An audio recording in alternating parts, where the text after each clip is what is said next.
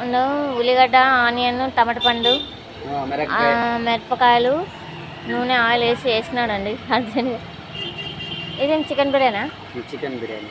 Chicken బిర్యానీకి అవన్నీ వేసి పెట్టుకోవాలండి. ఇంకా మసాలా వేయలేదు కదా? వేయలేదండి.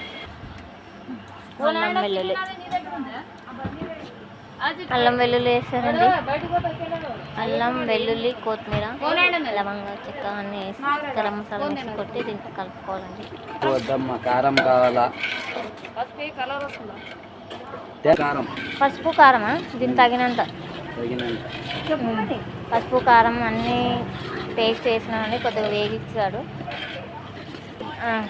చికెన్ వేసుకోవాలండి ఇప్పుడు. బిర్యానీ ఏం చేస్తున్నాం? బిర్యానీ 2 కేజీలు చికెన్ అండి. ఇది సాల్ట్ వేసుకోవాలండి ఇప్పుడు తగినంత. కల్లుప్పు బాగా కలుపుకోవాలండి.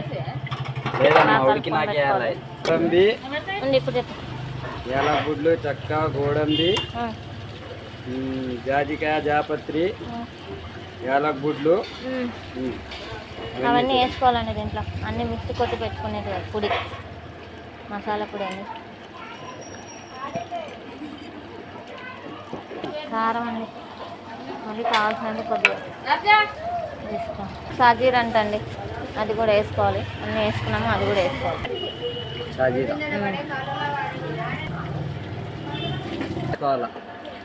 కొద్దిగా వాటర్ వేసుకోవాలండి. బాగా కలుపుకోవాలి. ఇప్పుడు మంచిగా పుదీనా వేసుకోవాలండి. పుదీనా ఫ్లేవరే బాగుంటుందండి. కొద్దిగా ఆయిల్ వేసుకోవాలండి, ఫ్రీడమ్ ఆయిల్ కలుపుకోవాలండి.